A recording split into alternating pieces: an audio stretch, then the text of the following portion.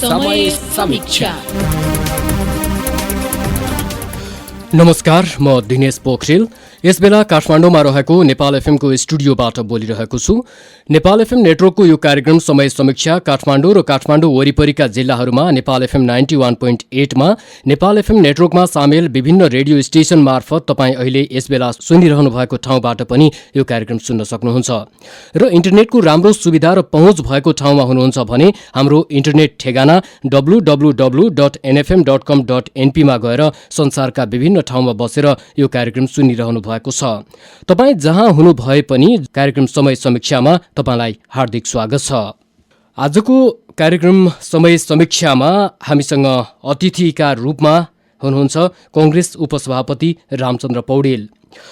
असोज 3 गते संविधान सभा पुनर्स्थापनाको विकल्प समाप्त भएको भन्दै नयाँ निर्वाचनमा जाने सैद्धान्तिक सहमति गरेका प्रमुख दलहरू फेरि संविधान सभा पुनर्स्थापनाको विषयमा अल्झिएका छन्।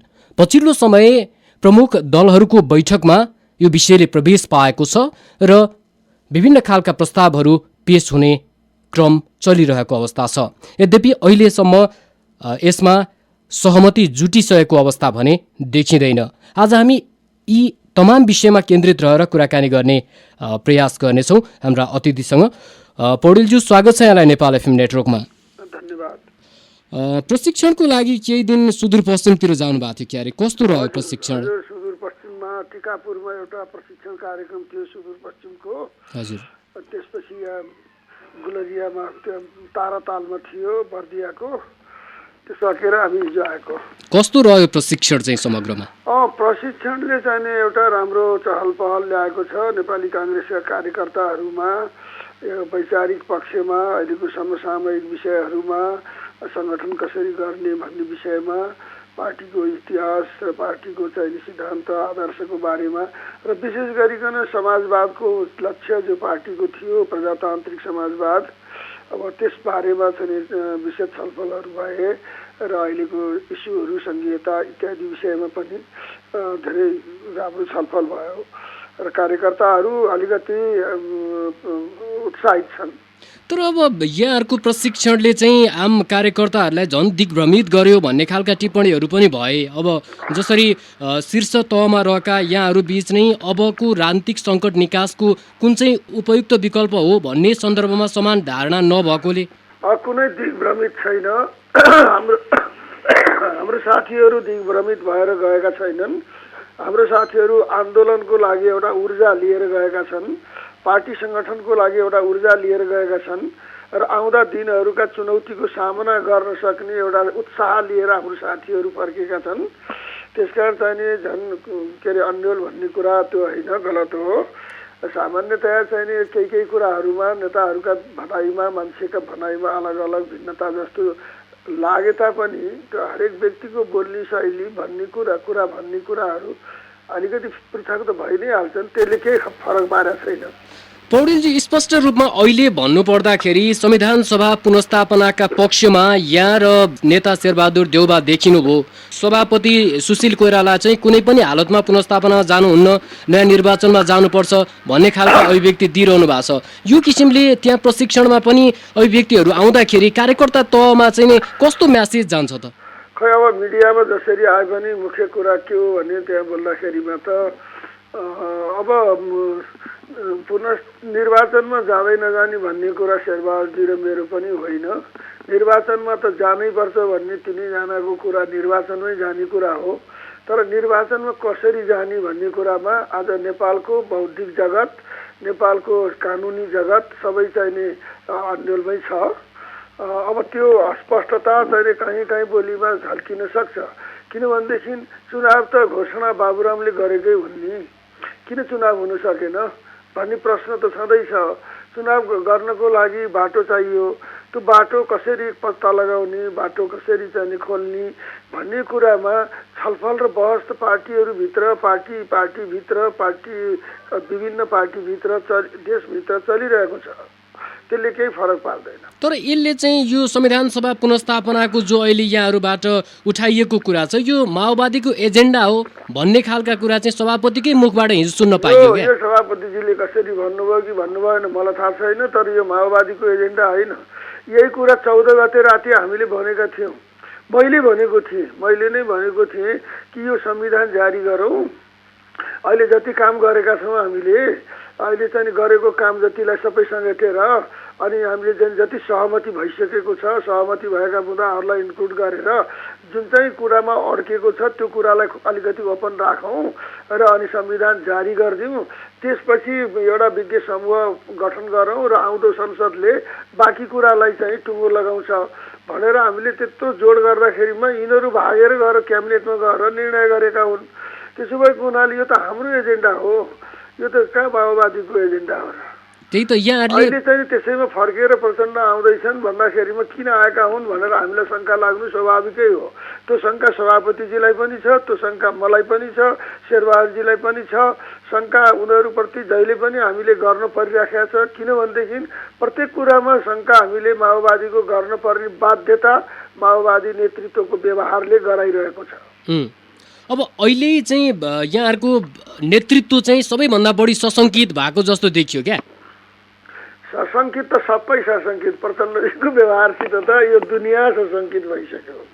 उहाँ त्यस्तै खेल खेल्नुहुन्छ, के गर्ने? अहिले पार्टीको स्पष्ट धारणा चाहिँ के हो? संविधान सभा पुनर्स्थापना हो कि नयाँ निर्वाचन? हेर्नुहोस्, निर्वाचन त अब निर्वाचनै हुन्छ, वैशाखमा निर्वाचन हुन्छ, निर्वाचन गर्ने हो। तर निर्वाचन कसरी गर्ने भन्ने कुरामा अझै पनि समस्या छ, किनभनेदेखि संवैधानिक बाटो, कानुनी बाटो छैन। संविधान अन्तरिम संविधानमा दोस्रो संविधान सभाको कल्पना नै छैन। त्यसो भएको हुनाले संविधान सभामा जाने बाटोको अहिले चाहिँ अस्पष्टताले गर्दा यो कुराहरू आएको हो। जस्तो मानिलिनुहोस्, हेर्नुहोस्, अब 601 सदस्य सङ्ख्यालाई को संविधान सभा मान्ने अवस्थामा नेपाली जनता छैनन्। 601 जनाको सङ्ख्या मान्दैनन् भनेपछि 601 लाई चाहिँ घटाएर कति गर्ने, त्यो त संविधानले गर्नु पर्यो। त्यसको लागि त संविधान संशोधन चाहियो।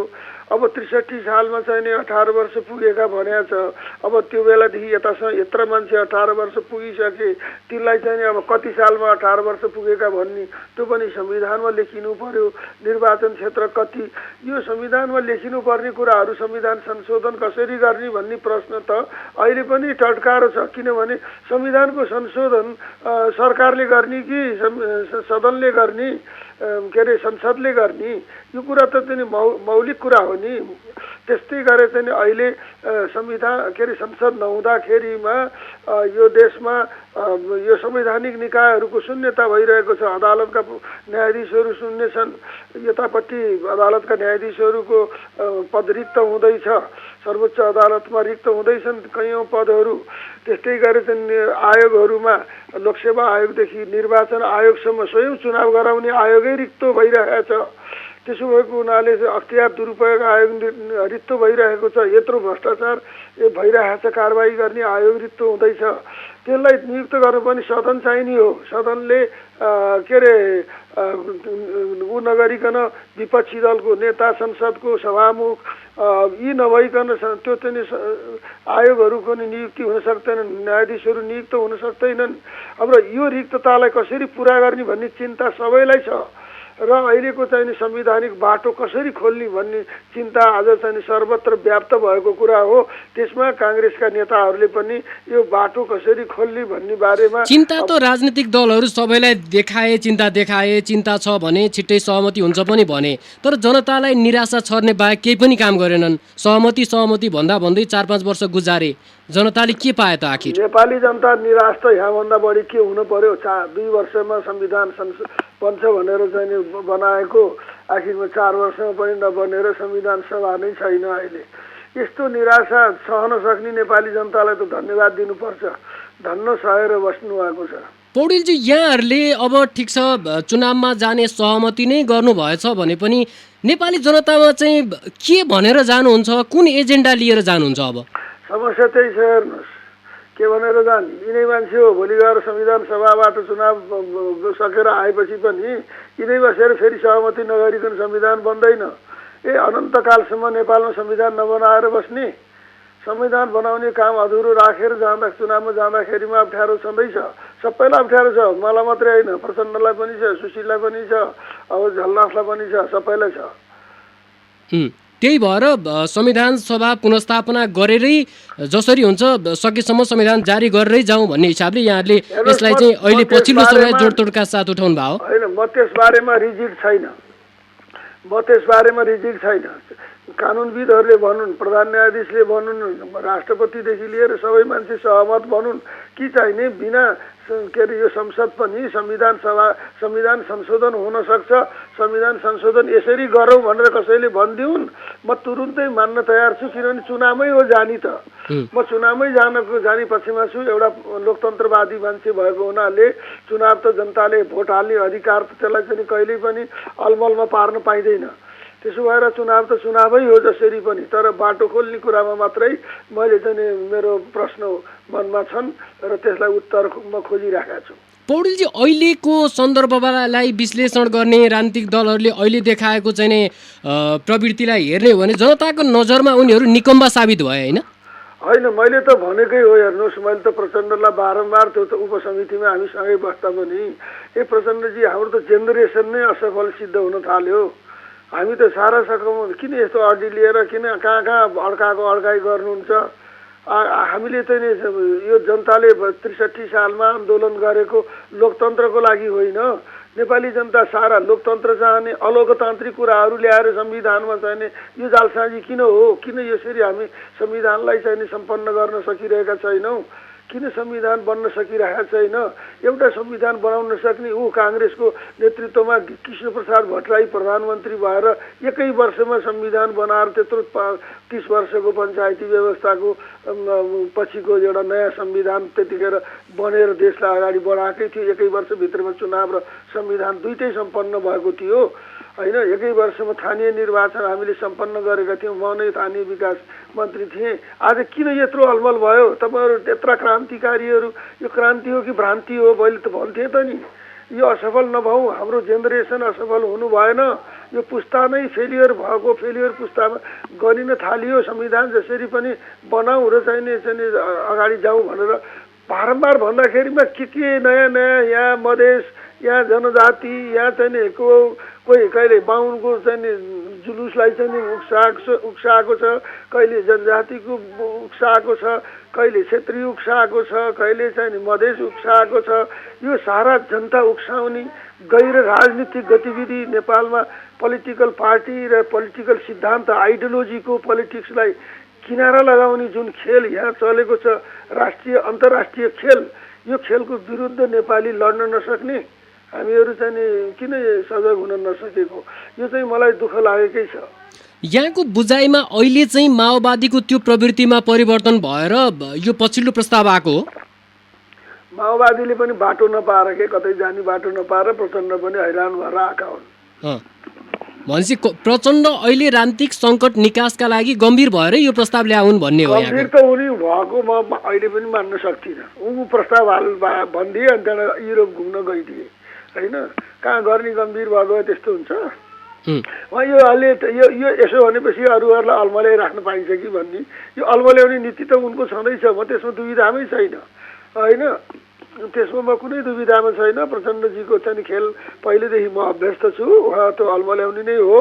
हामीले त्यही दिन पनि भने हौ, त्यही दिन चाहिँ सुशीलजीकोमा हामीले प्रचण्डजी तपाईँ त खालि अस्ति नै चाहिँ त्यो 14 गति बेलुका किन मान्नु भएन त? त्यही कुरा आज त्यही भन्दै हुनुहुन्छ तपाईँ चाहिँ खालि चाहिँ यो ढाँटी छल्ने अल्मल्याउने यो कुरा खेल नखेल्नु होइन बाबा। अब उपाय केही छैन, गर्ने हो भनेर म आएको छु नि त।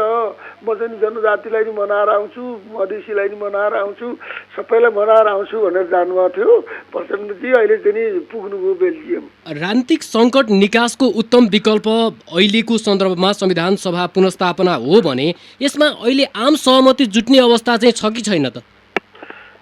अब हेर्नुहोस्, कुरा के हो भनेदेखि नि, अब हामी राम्रोसँग बसेर खुलस्त छलफल गर्न थाल्यौँ भने हाम्रै पार्टीभित्र पनि जब हाम्रो छलफल गहिराईमा गएर चाहिँ गएको छ नि त्यसबेला हाम्रो साथीहरू सबै ए हो त यो त यसरी भए त हुन्छ भनेर आएकै हो नि।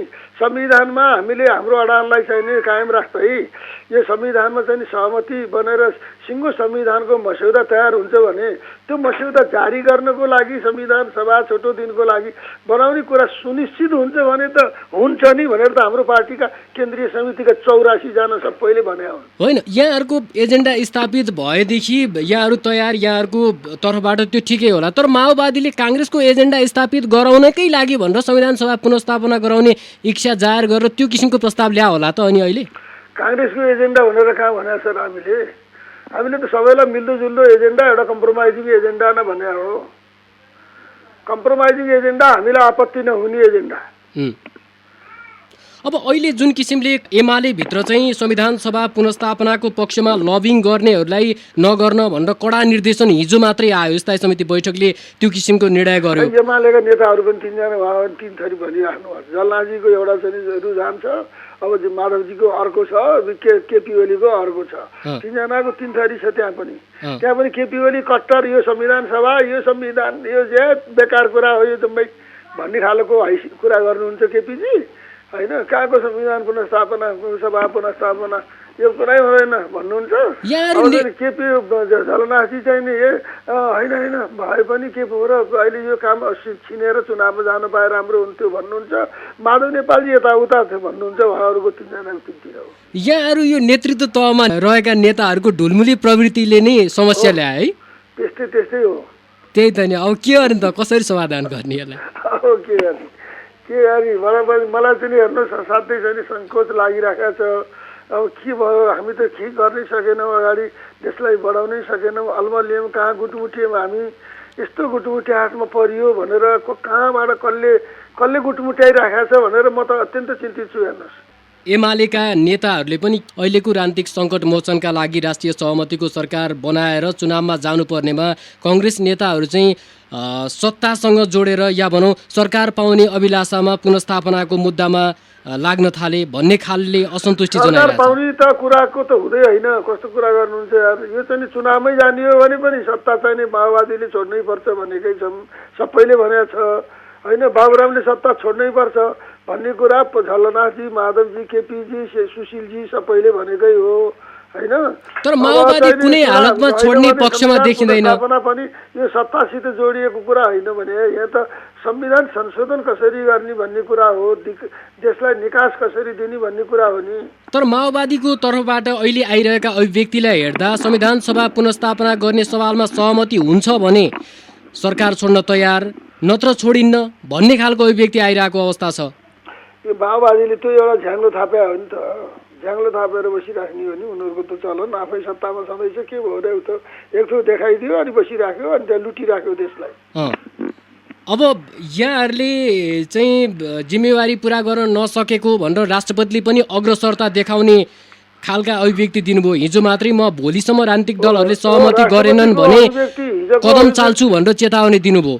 कसरी लिनु भएको छ यसलाई? हिजोको राष्ट्रपतिको अभिव्यक्ति अत्यन्त अर्थपूर्ण मलाई लाग्यो। किनभनेदेखि चाहिँ नि यो संविधानको रक्षक भनेर संविधानमा मलाई लेखिदिएको छ। सबैले त्यही संविधानका संरक्षक भनेर भन्छौँ। संविधानको संरक्षण भनेको त्यो संविधानको पुस्तकलाई चाहिँ नि के अरे बाकसमा हालेर पूजा गरेर राख्ने हो भनेर उहाँले गरे प्रश्न नेपाललाई यक्ष प्रश्न गर्नुभएको छ। उहाँले एउटा यक्ष प्रश्न गर्नुभएको छ। त्यो चाहिँ कुरा मैले मिनिङफुल लाग्यो कि। तर कुरा के हो भनेदेखि हामी आन्दोलन गर्छौँ, हामी त्यसै बस्दैनौँ। अब हामी आन्दोलनको तयारीमा छौँ। हामी देशलाई गति दिशा दिनको लागि राजनीतिक सहमति जुटाउने जिम्मेवारी बोकेका यहाँहरू नै आन्दोलनमा लागेर कसरी सहमति हुन्छ? आन्दोलन नगरिकन यो छेप्दैनन्। अब यहाँ सत्तारूढहरू, सत्तावादीहरू उनीहरू त खालि पैसा कमाउन पाएका छन्, पैसाले मान्छे किन्ने अनि त्यही विश्वासमा हिँडेका छन्। त्यसकारण चाहिँ एउटा आन्दोलनको झुक्काले चाहिँ यिनीहरूलाई बढाएर नपालिकन यो ठिक हुँदैनन् भनेर हामी त आन्दोलनको होइन। पौडेलजी, यहाँहरू नेतृत्व तहमा रहेको काङ्ग्रेसभित्र, माओवादीभित्र, एमालेभित्र नेतृत्व तहमा रहेको नेताहरू बिचमै एकमत छैन भने सबै पार्टी बिच एकमत हुन्छ, सहमति हुन्छ भनेर कसरी विश्वास गर्ने? एकमत हुन्छ। हेर्नुहोस्, हाम्रो बिचमा हेर्नुहोस्, हामी जाने सिरियस परिसकेपछि अब हामी जब अब आन्दोलनको घोषणा गरिसकेका छौँ। होइन, आन्दोलन त यहाँहरूले अगाडि पनि घोषणा गर्ने भन्नुभयो, बिचमा त्यत्तिकै तुइयो। कार्तिक 24 गतेबाट हामीले चाहिँ नि एउटा देशव्यापी आन्दोलनको तयारीमा छौँ। अनि अरू सबै दलको बिचमा पनि हाम्रो कार्यक्रमहरू आन्दोलनका बनिराखेका छन्। काङ्ग्रेस पार्टीले त 24 गतेलाई डेट नै तोक्यो। अब अरू पार्टीहरूसँग त्योभन्दा बिचमा पनि आन्दोलनका विभिन्न सानातिना रूपहरू यहाँ हामी प्रस्तुत गर्छौँ। त्यसमा हाम्रो एकता छ, सबै एक छौँ, हामी आन्दोलनको पक्षमा छौँ। होइन, आन्दोलन त भन्नुभयो, यहाँहरूले संविधान सभा विघटन लगत्तै सरकारका विरुद्ध भनेर 23-24-10 मिलेर चाहिँ खुला मञ्चमा आमसभा गर्नुभयो। जनताको उपस्थिति हेर्दाखेरि साह्रै निराशा लाग्दो देखियो। त्यतिकै अब कस्तो गर्ने जनताको, अब त्यो बेला त्यस्तै थियो नि। अब चाहिँ जनता उर्लिन्छन् त, उर्लिन्छ ल 65 सालको 63 सालको आन्दोलनमा हाम्रो के हालत थियो। राजाको प्रतिगमन विरोधी आन्दोलनमा चाहिँ हामी 300-400 मान्छे लिएर लुरु जस्तो पार्कमा हिँडे होइन।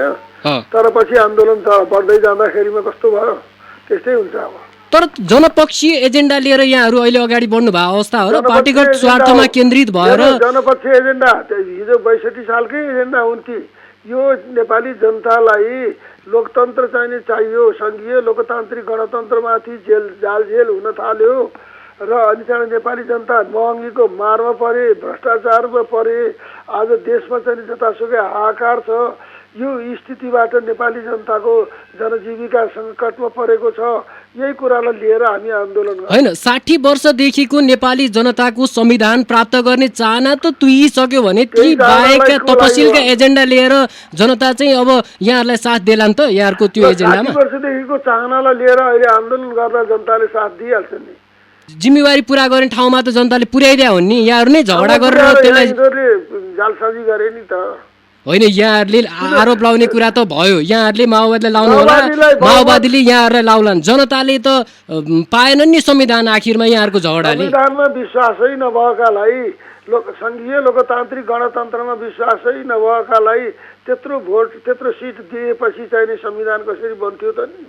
जनताले पनि गल्ती गरे हो भने अब संविधान बनाउन चाहिँ माओवादीलाई जनताले हराइदिनु पर्यो। हराउनै पर्छ। माओवादी जस्ता पार्टीहरू यो चाहिँ गैर राजनीतिक अलोकतान्त्रिक लोकतन्त्रलाई चाहिँ केही पनि होइन, लोकतन्त्र हाम्रो जातितन्त्र भए पुग्छ भन्नेहरूलाई चाहिँ चुनावबाट चाहिँ पाखा नलाइकन नेपालमा सङ्घीय लोकतान्त्रिक गणतन्त्र अगाडि बढ्नै सक्दैन। तर अब उनीहरू अब हामी 2/3 ल्याउँछौँ, 2/3 ल्याएर आफूले चाहे अनुसारको संविधान जारी गर्छौँ भनिरहेछन्। यहाँले यस्तो भन्नुहुन्छ? लुट्ने नि, वाइसिएल पनि प्रयोग गर्ने, सेना पुलिस पनि प्रयोग गर्ने, अनि जनतालाई चाहिँ भोट हाल्न नदिने, अनि आफै छाप लगाएर चाहिँ बाबुराम भट्टराईले वा गोर्खामा गरे जस्तो मरेका मान्छेको पनि भोट हालेर 47,000 भोट ल्याउने। अब यस्तै गरेर जित्नलाई चाहिँ त्यो उनीहरूको त्यो दाउ हो नि त। होइन, चुनाव त यहाँहरूकै नेतृत्वको सरकारले गरायो नि, निष्पक्ष चुनाव हो। अब पनि चुनावी सरकारको नेतृत्व हामीलाई देऊ, हामीले त्यति निष्पक्ष गरादियौँ भन्नुभएको थियो। अहिले फेरि यहाँले यस्तो भन्न थाल्नुभयो।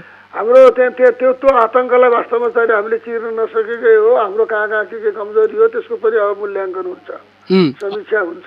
अब पनि चुनावी सरकारको नेतृत्व काङ्ग्रेसले पायो भने पनि त्यो अवस्था दोहोरिन सक्ने सम्भावना त रह्यो। त्यो हिसाबले सक्षम त देखिनु भएन नि। काङ्ग्रेसको नेतृत्वमा चुनाव हुँदाखेरिमा कहिल्यै पनि काङ्ग्रेसले आफ्नो पक्षमा चुनावलाई ल्याउने कोसिस गर्दैन, आफ्नो पक्षमा चुनाव पार्ने प्रयत्न गर्दैन काङ्ग्रेसले। यहाँकै भनाइलाई आधार मान्ने हो भने अब अरूको पक्षमा चुनाव पारिदिँदाखेरि संविधान बनेन।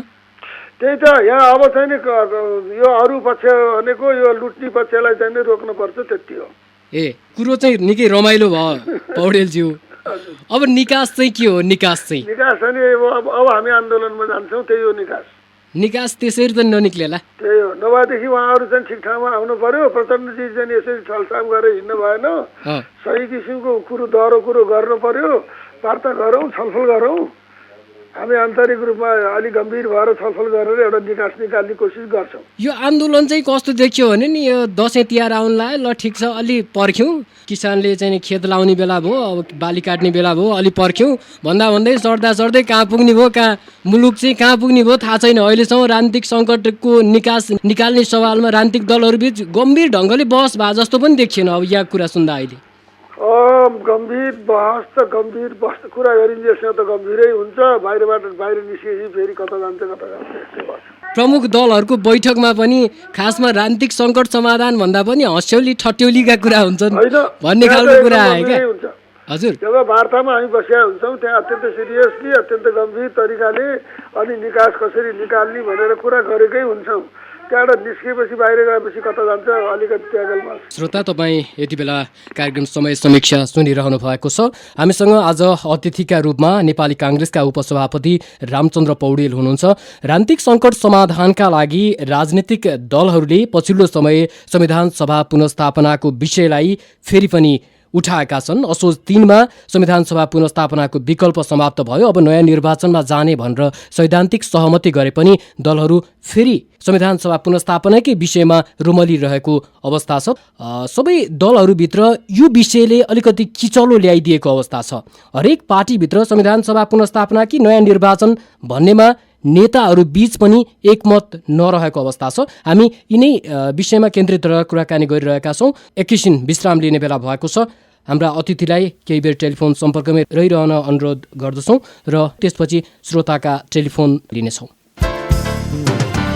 दर्शाउनुहोस् आफ्नो फिल्म मेकिङ प्रतिभा। Himal association, Kathmandu international mountain film festival, किम र ओपन सोसाइटी फाउन्डेसन प्रस्तुत गर्दछ सर्ट फिल्म प्रतियोगिता एजुकेटिङ नेपाल। शिक्षा तपाईको नजरमा, उतार्नुहोस् त्यसलाई 5 मिनेटको फिल्ममा र जित्नुहोस् रु 75,000 सम्मको नगद पुरस्कार र साथमा किम्फ 2012 मा आफ्नो फिल्म प्रस्तुत गर्ने सुनौलो मौका। विस्तृत जानकारीको लागि kimf.org/educating नेपाल वा फोन नम्बर 44 40 635।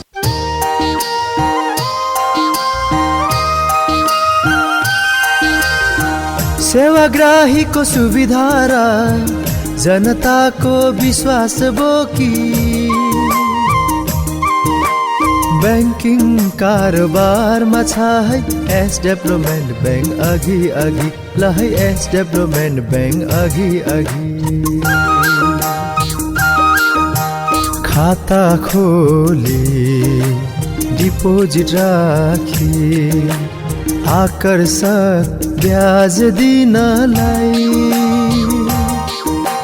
छिटो र छरितो सुरक्षित बैंकिङ सेवा दिनलाई कर्जाको सरल आपूर्ति अनि सबैको पहुँच पुर्याउन एस बैंक छ है जनताको लागि स्रोत र साधन जुटाउन। हजुर स्रोत र साधन जुटाउन। के तपाईँ प्यारालाइसिस, मुख बाङ्गिने, टाउको दुख्ने, माइग्रेन, हार्ट जोर्नी तथा नशा सम्बन्धी विभिन्न रोगहरू, बात, घाँटी, ढाड दुख्ने, साइटिका, आँखा सम्बन्धी रोगहरूबाट पीडित हुनुहुन्छ? यदि हुनुहुन्छ भने आउनुहोस्, हामी तपाईँलाई दक्ष चिकित्सकहरूद्वारा विश्व स्वास्थ्य संगठनबाट मान्यता प्राप्त चिनी आकुपञ्चर, अकुप्रेसर तथा मोक्सिबुसन पद्धतिबाट तपाईँको समस्याको समाधान गर्छौं। सम्पर्क स्थान काठमाडौँ अकुपञ्चर तथा अकुप्रेसर क्लिनिक, कालीमाटी, सोल्टी मोड, सोल्टी होटल जाने बाटो। समय बिहान 8:30 देखि 6 बजेसम्म। सम्पर्क फोन 4274 114 4274 114। कुनै पनि काम आफैमा सानो हुँदैन। कृषि प्रधान देशका नागरिक हामी परम्परागत पशुपालनलाई व्यावसायिक बनाऊ, आत्मनिर्भर भई आत्मसम्मानका साथ बाँचौं। नेपाल एफएम नेटवर्कबाट जनहितका लागि प्रसारित।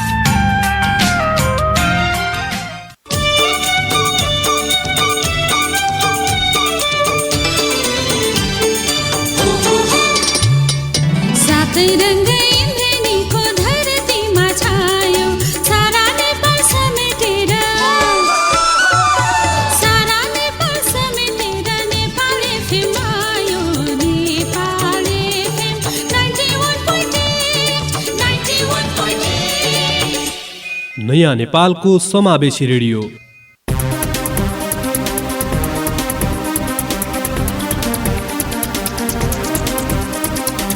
समय समीक्षा।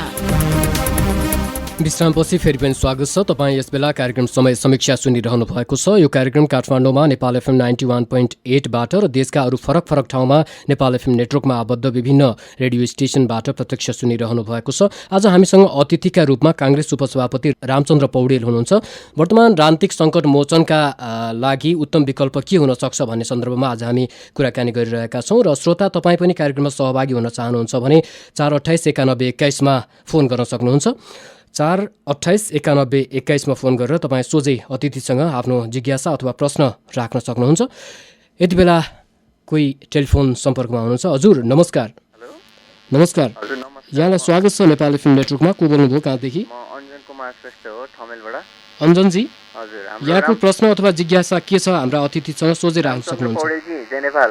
जय नेपाल। हेलो रामचन्द्र पौडेलजी नमस्कार। जय नेपाल। खै उहाँ हुनुहुन्न जस्तो? होइन, उहाँ बोलिरहनु भएको छ। ए सुनिए अब के भन्ने, अब तपाईँहरूलाई 2 वर्षको संविधान सभा गैर कानुनी रूपले 4 वर्ष गर्नुभयो है, तैपनि संविधान जारी गर्न सक्नु भएन। अब अहिले आएर फेरि संविधान के अरे पुनर्स्थापना गरेर 90% संविधान जारी गर्छु भन्दै हुनुहुन्छ। त्यो सबभन्दा ठुलो तपाईँहरूको लागि नै आत्मघाती कदम हुनेछ। हेर्नुहोस् है, कसैको यो संविधान पुनर्स्थापना गर्ने कुरा तपाईँहरू भुल्नुहोस् है। अब अहिलेलाई तपाईँहरूले यो संविधान सभामा काम गरिसक्नु भएको 90% जति छ त्यतिलाई बचाएर अर्को 311 जना जतिको संविधान सभाको चुनावमा गएर त्यतिखेर नयाँ आउने जनमतले नै तपाईँहरूले अर्को यो संविधान पुरा गर्दै नै ठिक हुन्छ। यो संविधान पुनर्स्थापना गर्ने कुरा गरे कि कुनै पनि जनताले तपाईँहरूलाई पत्याउने हुँदैन, पछि मान्दैन। त्यति नै म तपाईँहरूलाई भन्न चाहन्छु। धन्यवाद। यो तपाईँले क्वेसन त गम्भीरै गर्नुभयो। 601 जनाको सदन छ अहिलेको संविधानमा, त्यसलाई 311 कसरी बनाउने? 301 बनाउनको लागि संविधान संशोधन कसले गर्ने? सबभन्दा समस्या अहिलेको त्यही हो। त्यसो भएको हुनाले संविधानलाई एउटा निकास दिनु पर्यो भनेर मात्रै हामी यतापट्टि विभिन्न पक्षमा सोचिराखेका हौँ। हामीलाई यी संविधान सभालाई फेरि उताएर फेरि संविधान सभासद भएर वर्षौँसम्म बस्ने हाम्रो इच्छै होइन। यति बेला फेरि अर्को श्रोता पनि टेलिफोन लाइनमा हुनुहुन्छ। हजुर नमस्कार। नमस्कार हजुर। को बोल्नुभयो कहाँदेखि? म देव बोल्दैछु बागबजारबाट। यहाँको जिज्ञासा राख्न सक्नुहुन्छ सोझै। हेलो हजुर, यहाँको जिज्ञासा सोझै हाम्रा अतिथि पौडेलसँग राख्न सक्नुहुन्छ। हेलो देव, ल भन्नुहोस्। हजुर नमस्कार। नमस्कार। अनि यो तपाईँको यो 2003 सालदेखि काङ्ग्रेसले नेपाललाई बिगार्दैछ, खतम पारिसक्यो। अझै पनि तपाईँले नेपाललाई कति वर्षसम्म बिगार्ने कोसिस गरिरहनु भएको छ? अब तपाईँ त्यो राणाशाही मानसिकता अहिले पनि लिएर बस्नुभएको रहेछ भन्ने कुरा मैले थाहा पाएँ। अब 2003 सालदेखि काङ्ग्रेसले यो सामन्ती व्यवस्था, हुकुमी शासन, यो सारा कुराको विरुद्ध लड्दै आएको हो र अहिले पनि यो हुकुमी प्रवृत्तिहरू बेला बेलामा अगाडि देखा पर्छन्। तिनका विरुद्ध काङ्ग्रेसले लडी नै रहनु परेको छ र आन्दोलन गरेर नेपाललाई आधुनिक र लोकतान्त्रिक युगमा नेपाललाई ल्याउनै पर्ने छ। त्यसको लागि अथक परिश्रम काङ्ग्रेस गरिरहेको छ। अनि नेताजी हजुर, अनि 2003 सालदेखि त जनताले केही दिनु भएको छैन, अझ पनि तपाईँको पछाडि लाग्छ जनताहरू? देखि यहाँ के आयो के आएन, त्यो 2003 सालमा के थियो याद गर्नुभएको छ? के थियो 2003 सालमा नेपालको अवस्था? कहाँ थियो नेपाल? अहिले कहाँ छ नेपाल? जनतालाई दिएको यही हो। यति पनि तुलना गर्न सक्नुहुन्न। कुन अवस्थामा थियौँ हामी? कुन आदिम कालमा थियौँ हामी? कुन सामन्ती युगमा थियौँ हामी? कुन अविकसित अवस्थामा थियौँ? के बाटो, बिजुली, पानी, शिक्षा, स्वास्थ्य, सञ्चार, सारा आधुनिक गतिविधि, यो चहल पहल के 2003 सालमा थियो? आज कसरी आयो यो यस्तो अवस्था? पौडेलजी, हामीले ठुला ठुला क्रान्तिहरू गऱ्यौँ, राजनीतिक परिवर्तनहरू पनि ल्यायौँ मुलुकमा, तर यो परिवर्तनलाई संस्थागत गर्न नसक्दा राजनीतिक दलहरू झगडामा सत्तामै रुमलिँदा मुलुक अहिलेको अवस्थामा आएको त सत्य हो नि, होइन? एकदमै यो मुलुकलाई, परिवर्तनलाई, लोकतन्त्रलाई संस्थागत गर्न नदिने जुन ताकतहरू छन्, तिनका खेलहरूसँग हामी अलिकति लड्न काँक्रेर कमी भयो, त्यसलाई हामी स्वीकार गर्नै पर्छ। अब यहाँ खेलाउनेले खेलाउँछन्, खेल्ने हामी नखेल्न भएदेखि नेपाल अगाडि बढिसक्थ्यो। अहिले यहाँ धेरै किसिमको चाहिने लोकतन्त्र विरोधी खेलहरू बेला बेलामा आइरहन्छ, बेला बेलामा षड्यन्त्र हुन्छ, प्रतिगमन हुन्छ। त्यो चिर्ने जिम्मेवारी त यहाँहरूको हो नि पौडेलज्यू। हाम्रो हो, यो नसकेको कुरालाई हामीले स्वीकार गर्नै पर्छ। अब यहाँहरूले मैदान छाडिदिनु पर्यो नि त, हामी असक्षम भयौँ भनेर उसो भए पनि फेरि त्यो गर्ने होइन, गर्छ भने गरे भयो नि। हामी त मैदान छाडेकै छौँ, अहिले गर्दै हुन्छ नि। दोस्रा तहका नेताहरूलाई चाहिँ यहाँहरूले स्थान दिन सक्नुहुन्न? ए हो, उहाँहरूलाई वेलकम, उहाँहरूलाई सधैँ स्वागत छ। उहाँहरू गरी हेर्नुहोस् न, भइहाल्यो नि। खोइ माथि चाहिँ नेतृत्व तहमा अहिलेसम्म पनि कुनै पनि राजनीतिक पार्टीको हेर्ने हो भने युवा पुस्तालाई त्यति महत्त्व दिएको पाइँदैन। यहाँले भन्न त भन्नुहुन्छ, मुखले व्यवहारमा देखिँदैन। लिडरसिप भनेको कसैले लौ मैले छोडिदिएँ अब तिमी लिएर बस भनेर चाहिँ संसारमा कहाँ कसले छोडेर गएको छ? फेरि पनि अर्का श्रोता टेलिफोन सम्पर्कमा हुनुहुन्छ। हजुर नमस्कार। नमस्कार हजुर। को बोल्नुभयो कहाँदेखि? जोइमुबाट ओम कार्की हजुर। ओमजी, यहाँको जिज्ञासा राख्न सक्नुहुन्छ? रामचन्द्र पौडेलज्यू नमस्कार। नमस्ते। नमस्ते। अब यहाँलाई चाहिँ के अरे मैले प्रश्न गर्नु पर्दाखेरिमा पहिला राणाकालको चाहिँ अन्धकारमय चाहिँ उसलाई शासनलाई तोडेर चाहिँ प्रजातन्त्र ल्याउनु भयो, केही न केही त पक्कै गर्नुभयो। तर चाहिँ पछि बिचमा 17 सालमा गयो, फेरि 46 सालमा चाहिँ के अरे प्रजातन्त्र ल्याउनु भयो र 46 सालभन्दा पछाडि यहाँहरूको बहुमत सरकार आइसकेपछि पनि जस्तो यहाँहरूले चाहिँ उद्योग धन्दाहरू बढाउनुको सट्टा यहाँ भएका चाहिँ के अरे उद्योगहरू जस्तै बाँसबारी छाला जुत्ता कारखाना, एउटा के अरे कपडा उद्योग, रबड के अरे त्यो गोरखकाली उद्योग, अनि यो चौहारको चाहिँ हिमाल सिमेन्ट कारखाना, अनि यो टल्ली बसदेखि लिएर चाहिँ धेरै चाहिँ कारखानाहरू तपाईँहरूले चाहिँ त्यो उ गरिदिनु भयो, माइनस गरिदिनु भयो र त्यहाँ जति चाहिँ के अरे कामदारहरू थिए ती जम्मै बेरोजगार भए। त्यही अनुरूप यहाँहरूले चाहिँ पटक पटक त्यतिखेर चाहिँ बहुमतको सरकार गर्दा पनि हामीहरूलाई त्यस्तो चाहिँ कुनै पनि राहत दिने अथवा हामीले चाहिँ परिवर्तन पायौँ भन्ने चाहिँ केही पनि दिन सक्नु भनेर पछि आएर राजतन्त्र पनि सबै पार्टी भएर चाहिँ फालिदिनु भयो, गणतन्त्र ल्याउनु भयो।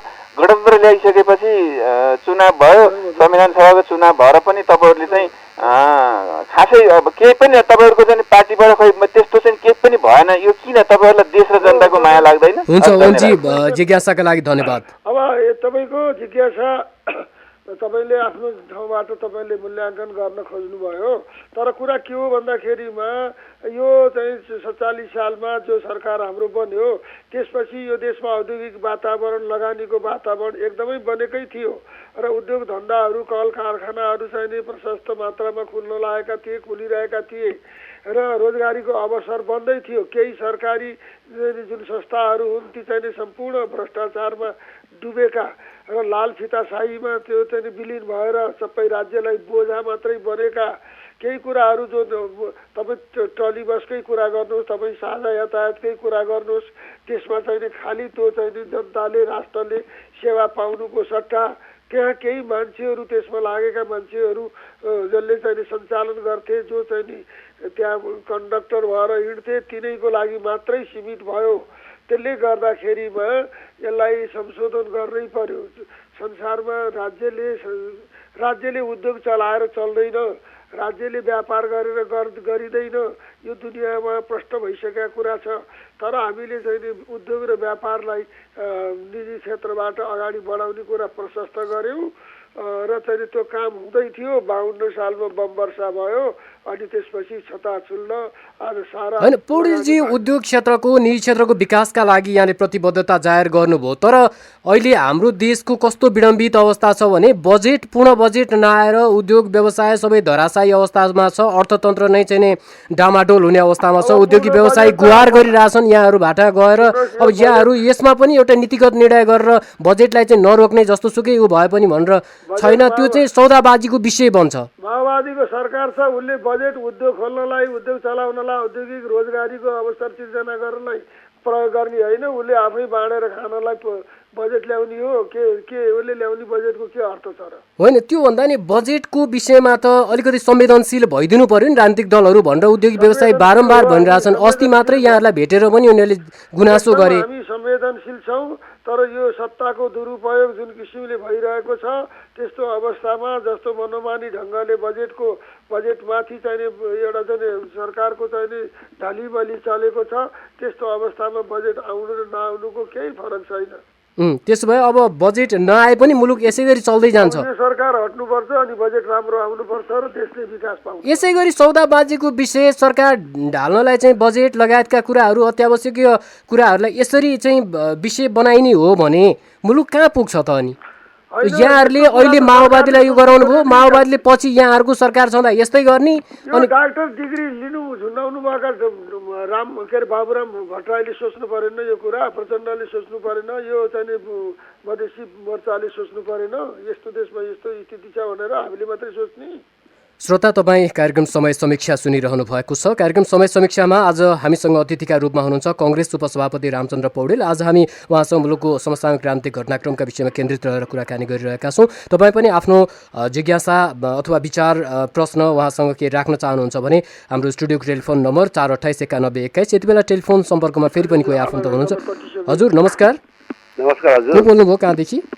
म मोहन गुरुङ महाजगजबाट। मोहनजी, यहाँको जिज्ञासा अथवा प्रश्न सोझै राख्न सक्नुहुन्छ हाम्रा अतिथिसँग। अतिथिज्यू नमस्कार। नमस्ते। सुन्नुभएको छ? हजुर, मैले सुनेको छु। हेलो हजुर। हेलो हजुर, उहाँले सुनिरहनु भएको छ, तपाईँ आफ्नो प्रश्न राख्न सक्नुहुन्छ। हजुर, के नमस्कार सोध्छु प्रश्न भन्दाखेरि तपाईँहरूले जतिसुकै पुनर्स्थापन गर्नुहोस् या संविधान चुनाव गर्नुहोस्, जबसम्म जनताले नचाहेका कुराहरू विदेशको इसारामा तपाईँले लाद्नु खोज्नुहुन्छ भनेदेखि तपाईँ जबरजस्ती बनाउनुहोस् संविधान। आखिर त्यो जनतामा अड्दै आउँदैन, कुनै कुनै फत्किन्छ। हेर्नुहोस्, जनता बिग्रिन्छ, नेपाल बिग्रिन्छ। तपाईँले यो गणतन्त्र, धर्मनिरपेक्ष, संहिता तपाईँहरू भन्नुहुन्छ जनताले चाहेको भनेर। जनताले चाहेको भएकै तपाईँ शपथ ग्रहणको बेलामा संविधानको पहिलो दिनमा यी दिनमा छलफल गर्न सक्नु भएर एकैचोटि घोषणा गर्नुभयो। कसरी गर्न सक्नुभयो? तपाईँ सभासदलाई त तपाईँले कमारा आउनुभयो। तपाईँ जस्तो सामन्ती निर्गुण साथ कोही छैन। जनतालाई यस्तो सामन्तिक शासन लाग्न सक्नुहुन्छ भने तपाईँले के गर्नुहुन्छ भन्नुहोस्। यस्तो चिजले गर्दा तपाईँहरू हुन्छ मोहनजी, यहाँको जिज्ञासाका लागि धन्यवाद। तपाईँहरू सुझाव के दिन्छ भनेदेखि तपाईँहरू जनसभा जानुहोस् अनि संविधान गर्नुहोस्। जनसँग जनता निर्णय नगर्न राष्ट्रिय अन्तर्राष्ट्रिय चिरो छ भने तपाईँले गर्नुभयो भने तपाईँ फाइदा छ, नभए तपाईँहरूको भविष्य छैन, देशको भविष्य छैन। ए भन्छ। धन्यवाद। हुन्छ मोहनजी, मोहनजीको जिज्ञासा सम्बोधन गरिदिनु हुन अतिथिज्यूलाई आग्रह गर्छु। अब उहाँलाई के लाग्यो भन्दाखेरिमा यो संघीयता पनि यो अर्कैको, यो संघीयता, यो गणतन्त्र पनि अर्कैको, लोकतन्त्र पनि अर्कैको। अब त्यस्तो दृष्टिकोणबाट त चाहिँ नि यो वास्तवमा मुलुकले निकास त पाउँदैन। वास्तवमा हामीले के भने कहाँनेर अरूको खेल भयो, कहाँनेर चाहिँ नि देशलाई चाहिँ नि पछाडि धकेल्ने कुरा भयो। त्यसको खोजी चाहिँ नि हामीले सही ढङ्गले गर्नुपर्छ। कहाँनेरि चाहिँ त्यो गल्ती भयो भन्ने यहाँले अहिले महसुस गर्नु भएको छ? होइन, त्यसलाई हामीले चाहिँ नि गल्ती भन्दैनौँ। सङ्घीय लोकतान्त्रिक गणतन्त्र नेपालको माग हो, नेपाली जनताको माग हो। योभन्दा निरापद अर्को विषय छैन। सङ्घीय लोकतान्त्रिक गणतन्त्र नै एउटा सर्वसम्मत विषय हो। होइन, सङ्घीयताका विषयमा काङ्ग्रेस चाहिँ नै गम्भीर नबनेकै कारण संविधान बनेन भनेर माओवादी मधेसी मोर्चाले चाहिँ आरोप लगाइरहेछन् नि यहाँहरूलाई। त उहाँहरूको अतिरञ्जित आरोप हो। सङ्घीयता भन्ने बित्तिकै यहाँ जात जातिलाई चाहिँ सबैलाई अलग अलग किसिमले सद्भाव बिग्रनी गरेर, जातीय सद्भाव चाहिँ आपसमा बिग्रनी गरेर सङ्घीयता ल्याउन खोज्नुहुन्छ। राष्ट्रिय एकता विखण्डित हुने गरेर सङ्घीयता कसैले स्थापित गर्न खोज्छ भने त्यतिखेर हामीले राष्ट्रको हितमा, राष्ट्रिय एकता र अखण्डताको पक्षमा हामी सजग हुनैपर्छ। तर होइन भने सङ्घीयतालाई एउटा सही रूपबाट हामी परिभाषित गरौँ। सबै जात जाति, भाषा भाषीको, संस्कृतिको उत्थान गर्ने किसिमले सङ्घीयतालाई चाहिँ लागू गरौँ र नेपालको विकास गर्ने खालको सङ्घीयता होस्। नेपाली जनताले सोझै अधिकार पाउने खालको सङ्घीयता होस् र नेपाली जनतालाई अधिकार सम्पन्न गराउने, सम्पूर्ण जात जाति, भाषा भाषी क्षेत्रका जनतालाई अधिकार सम्पन्न गराउनलाई हामी सङ्घीयताको कुरा होइन। यहाँले सङ्घीयतावाद त भन्नुभयो, तर यहाँ अर्कै पार्टीका कतिपय नेतृत्वले चाहिँ पहिचानलाई स्वीकार गरेन, जनजाति आदिवासीलाई उपेक्षा गर्यो, एउटा चाहिँ नोकरशाहीको व्यवहार गर्यो भन्ने खालको आरोप लगाएर केही समय अगाडि बाहिरिए। एकदमै होइन। जनजाति आदिवासी अथवा चाहिँ मधेसी, मुस्लिम, महिला, दलित यो सबै वर्गलाई चाहिँ अधिकार दिलाउने कुरामा हामी सचेत छौँ र उहाँहरूलाई उपेक्षा गर्ने पक्षमै छैनौँ हामी। यो माओवादी सरकारमा आउनुभन्दा अगाडि नै हामीले समावेशी विधेयक पारित गरिसकेका थियौँ प्रतिनिधि सभाबाट र उहाँहरू प्रतिनिधि सभामा हुनुहुन्थेन, हामीले गरे हो। पौडेलजी, यति बेला फेरि पनि कोही श्रोता टेलिफोन लाइनमा हुनुहुन्छ। हजुर नमस्कार, यहाँलाई स्वागत छ। हजुर नमस्कार। को बोल्नुभयो, कहाँदेखि? म बानेश्वरबाट प्रदीप पराजुली। प्रदीपजी, यहाँको जिज्ञासा अथवा प्रश्न के छ? हजुर, म रामचन्द्र पौडेलजीलाई एउटा क्वेसन गर्न चाहन्छु। हुन्छ, राख्न सक्नुहुन्छ। हेलो। हजुर। हेलो, भन्नुहोस् त पौडेलजी। भन्नुहोस्। हेलो, उहाँले सुनिरहनु भएको छ, यहाँको प्रश्न राख्न सक्नुहुन्छ। पौडेलजी नमस्कार। नमस्कार। म प्रदीप पराजुली बानेश्वरबाट। ल पराजुलीजी, तपाईँहरू आफ्नो घरभित्रको झगडा कलहहरू त तपाईँहरूलाई यो हालत भइरहेछ भने तपाईँहरू बाहिर टोलको, समाजको, देशको, जनताको तपाईँहरूलाई लाज लाग्दैन? यो कलह म ठिक गर्छु, हामीले गर्दा, माओवादीले गर्दा भनेर तपाईँहरूलाई नाङ्गो नाच्नलाई लाज लाग्दैन? कलह केही छैन। कलह चाहिँ अलिअलि भइहाल्छ जहाँ पनि मान्छे ठाउँमा। तर हामीले कलहलाई समन्वय गरेर हामी लगिरहेका छौँ र पार्टीलाई चाहिँ एकताबद्ध गरेर लान हामी चाहिँ अगाडि छौँ र हाम्रो पार्टीसँग ठिक छ, अरू पार्टीभन्दा हाम्रो पार्टी के अरे व्यवस्थित छ र विखण्डित छैन हाम्रो पार्टी। त्यसकारण चाहिँ हामीले विखण्डनलाई पनि फेरि चाहिँ समावेश गरेर हामीले पार्टी मिलाएर लगेका छौँ। त्यसकारण चाहिँ यो हाम्रो भित्रको कलह देखाएर चाहिँ नि यहाँ चाहिँ लोकतन्त्रलाई चाहिँ नि कसैले पनि अपहरण गर्न पाइँदैन। हामी त्यसमा पनि सहयोग छौँ। पार्टी भन्दा नि देशको कुरा आयो यहाँ। देश चाहिँ नै हामीसँगै प्रजातन्त्र स्थापना भएका देशहरू अहिले विकासको चरमचुलीमा पुगिसके। हामी अहिले दैनिक झन्डै 1200 नेपाली बेचेर त्यसको रेमिटेन्सको भरमा देश चलाइरहेछौँ र फेरि यहीँका नेताहरू बडो गर्व गर्छन्, हामीले नै गरेर यस्तो भयो भनेर गर्व गर्छन्। कति लाजमर्दो कुरा हो यो। अब तपाईँलाई थाहा छँदैछ, मैले भन्नु धेरै किन भनिराख्ने, कतिचोटि दोहोऱ्याउने कुरा के हो भने 2007 सालदेखि नै लोकतन्त्र यो देशमा ल्याएर यो राष्ट्रलाई अगाडि बढाउने प्रयत्न भरमगदुर भएकै हुन्। तर पनि बीचबीचमा जुन किसिमका यसमाथि हमलाहरू भए, जुन किसिमले प्रतिगमनहरू भए, पछाडि फर्काउने षड्यन्त्रहरू भएका छन्। यो सानो देश अब चाहिँ यहाँ चाहिँ यसमाथि खेलहरू भएका छन्। त्यसो भएको हुनाले अब यहाँका प्रतिगामी शक्तिहरू, पुरातनपन्थी तत्त्वहरू, एउटा रूढिवादी एउटा संस्कार अझै पनि यहाँ मेटिन सकेको छैन। त्यसले गर्दाखेरि नेपालको विकास हुन गाह्रो भएको। त्यही त संस्कार मेट्ने जिम्मेवारी पाएका यहाँहरूले मेट्न नसकेपछि यहाँहरूलाई नेतृत्व नेपाली जनताले कसरी मान्ने भने नि लागिराखेका छौँ, सकेसम्म गरिरहेका छौँ। कहिले त नि कहिले नेतृत्व त भत्काउने र बिगार्ने, सयभारी खर काट्ने र सयभारी खर पोल्नेलाई एउटै रूपमा हेर्न भएन। जसले खर काटेर घर छाउनलाई व्यवस्था गर्न थाल्छ त्यो मान्छे र अनि त्यसमा एउटा सलाई कोरेर लगाइदिने अर्को मान्छे बराबर मान्न त भएन नि। भनेको अब के अहिले अब मुलुकलाई निकास दिन भने कांग्रेस अथवा यस्तै यहाँकै लोकतन्त्र पक्षधरहरू नै यो देशका लागि चाहिँ नै कल्याणकारी हितकारी हुन्। यति बेला फेरि पनि टेलिफोन सम्पर्कमा कोही श्रोता हुनुहुन्छ। हजुर नमस्कार। हजुर नमस्कार। के बोल्नुभयो, कहाँबाट? म तनहुँ जिल्लाबाट केशव सुवेदी। सुवेदीजी यहाँको जिज्ञासा राख्न सक्नुहुन्छ अतिथिसँग। पहिला सर्वप्रथम त पौडेलज्यूलाई नमस्ते है। नमस्ते केशवजी। उहाँलाई चाहिँ हामीले तनहुँ जिल्लाबाट चाहिँ संविधान सभाको चुनावमा चाहिँ भारी मतले चाहिँ विजय गरेर पठायौँ है। र अनि त्यसपछि अब उहाँलाई हामीले फुलमाला लगाएर चाहिँ पठाएका थियौँ भने अब फेरि चुनावमा आउनुहोस्, कुन किसिमको माला लाएर चाहिँ पठाउनु पर्छ भन्ने कुरा हामीले अर्को किसिमको राम्रै माला उनेर राखेका छौँ। र अनि अर्को एउटा प्रश्न, जेठ 14 गतेको नेपाली काङ्ग्रेस चाहिँ जुन भिलेनहरूले देखाउने भूमिका हामीले राम्रैसँग देखेका छौँ। र अनि संविधान बनाउन नदिनको लागि चाहिँ विशेष गरी चाहिँ शान्ति प्रक्रिया टुङ्ग्याएको चाहिँ 24 घण्टामा संविधान लेख्छु भन्ने रामचन्द्र पौडेल र सुशील कोइरालाहरूलाई अब छानी खोजेर चाहिँ अब भ्याकुर खेला जस्तो खेल्नु पर्ने स्थिति होइन। केशवजी अलिकति संयमित भएर आफ्नो धारणा राखिदिनु होला, अलिकति चाहिँ मर्यादित भएर प्रस्तुत भइदिनु होला। केशव सुवेदी, तपाईँलाई म भन्छु पर्सि 3 गतेमा आउँदैछु, त्यही भेटौँला। तपाईँ के माला बनाउनु भएको छ त्यही देखाउनु होला।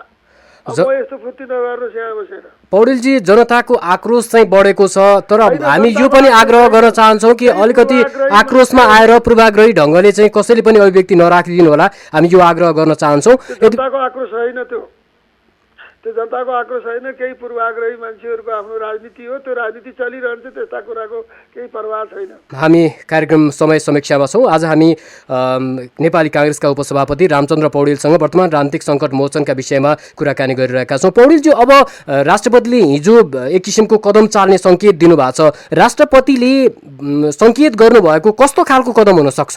अब यो चाहिँ अहिले अनुमानको मात्रै विषय छ। हेर्नुहोस्, राष्ट्रपतिले सङ्केत गरेको कस्तो कदम भनेर अहिले हामीले भन्न मिल्दैन, भन्न सकिँदैन होइन।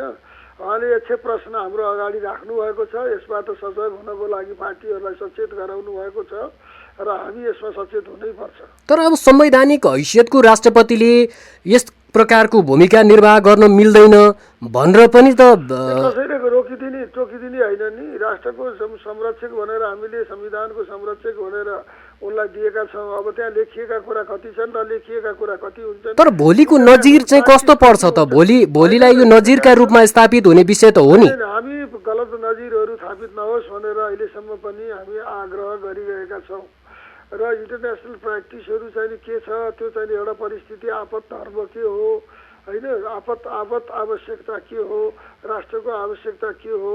अब हामीले हाम्रो जिम्मेवारी पुरा गर्न सक्यौँ भनेदेखि त्यतापट्टि देश जान सक्दैन, जान दिन हुँदैन।